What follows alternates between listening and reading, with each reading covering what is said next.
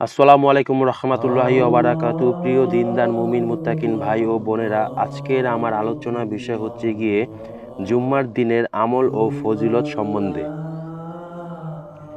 জুম্মা ও জুম্মাবারের গুরুত্ব ইসলামের অপরিসীম। জুম্মার দিনের সওয়াব ও মর্যাদা ঈদুল ফিতর ও ঈদুল আজহারের মতন। জুম্মার দিনকে সাপ্তাহিক ঈদের দিন বলা হয়েছে। এই দিন ইসলামের ইতিহাসে বড় বড় ও মহৎ কিছু ঘটনা ঘটেছে। এই দিনের বিশেষ কিছু আমল ও ফজিলত রয়েছে। আমলগুলোর মাধ্যমে আল্লাহ তাআলা বিপুল সওয়াব দান করবেন। পবিত্র কোরআনে জুম্মার কথা মহান আল্লাহ তাআলা বলেন, হে মুমিনরা, জুম্মার দিন যখন নামাজের আযান দেওয়া হয় তখন তোমরা আল্লাহর স্মরণের দিকে এসো এবং বেচাকেনা বন্ধ করো। এটি তোমাদের জন্য উত্তম যদি তোমরা বুঝো। এরপর নামাজ শেষ হলে জমিতে ছড়িয়ে পড়ো, আল্লাহর অনুগ্রহ জীবিকা তালাশ করো এবং আল্লাহকে অধিক স্মরণ করো যাতে তোমরা সফলকাম হও। সূরা জুমআ। জুমার দিন তাড়াতাড়ি মসজিদে যাওয়া। জুমার দিন জুমার নামাজের জন্য যে যত তাড়াতাড়ি মসজিদে আসবে সে তত বেশি সওয়াব পাবে।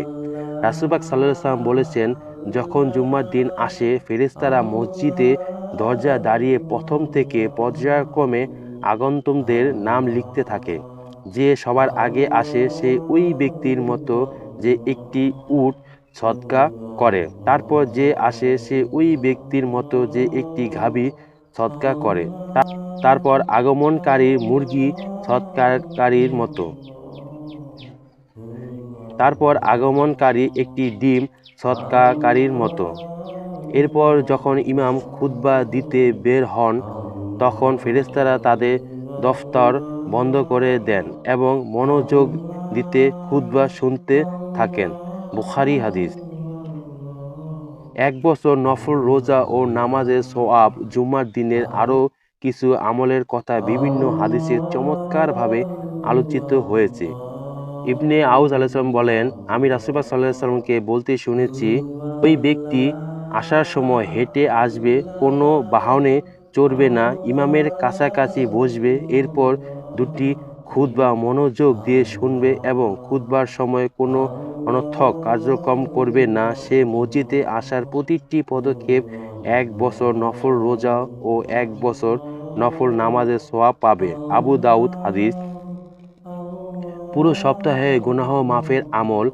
সালমান ফার্সি থেকে বর্ণিত হাদিসটি রাসূল পাক সাল্লাল্লাহু আলাইহি ওয়াসাল্লাম বলেন, যখন জুম্মার দিন কোনো ব্যক্তি গোসল করে এবং সাধ্যমতে পবিত্রতা অর্জন করে এরপর তেল মাখে এবং ঘরে সুগন্ধি ব্যবহার করে বের হয় আর দুজনের মাঝে বিচ্ছিন্নতা সৃষ্টি না করে এরপর সে তার জন্য ধার্যকৃত নামাজ আদায় করে এবং ইমাম খুতবা দেওয়ার সময় চুপ করে থাকে, তার এই জুম্মা থেকে পরবর্তী জুম্মা পর্যন্ত সগীরা গুনাহ মাফ করে দেওয়া হয়।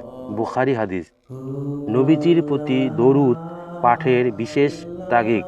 জুম্মার দিন অন্য দিনের তুলনায় বেশি বেশি দরুদ শরীফ পড়ার কথা বলেছেন। রাসূল পাক সাল্লাল্লাহু আলাইহি ওয়াসাল্লাম বলেছেন, তোমাদের দিনগুলোর মধ্যে সবচেয়ে উত্তম দিন হলো জুম্মার দিন।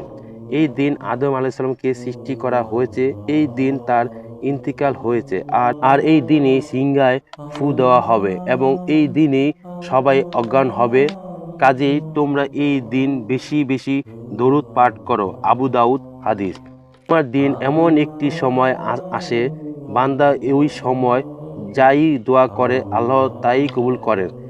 জাবের ইবনে আব্দুল্লাহ রাদিয়াল্লাহু আনহু বলেন, রাসূল পাক সাল্লাল্লাহু আলাইহি ওয়াসাল্লাম থেকে বর্ণিত, জুম্মার দিন ১২ ঘন্টার মধ্যে একটি বিশেষ মুহূর্ত আছে, তখন কোনো মুসলমান আল্লাহর কাছে যাই দোয়া করে আল্লাহ তার কবুল করে থাকেন।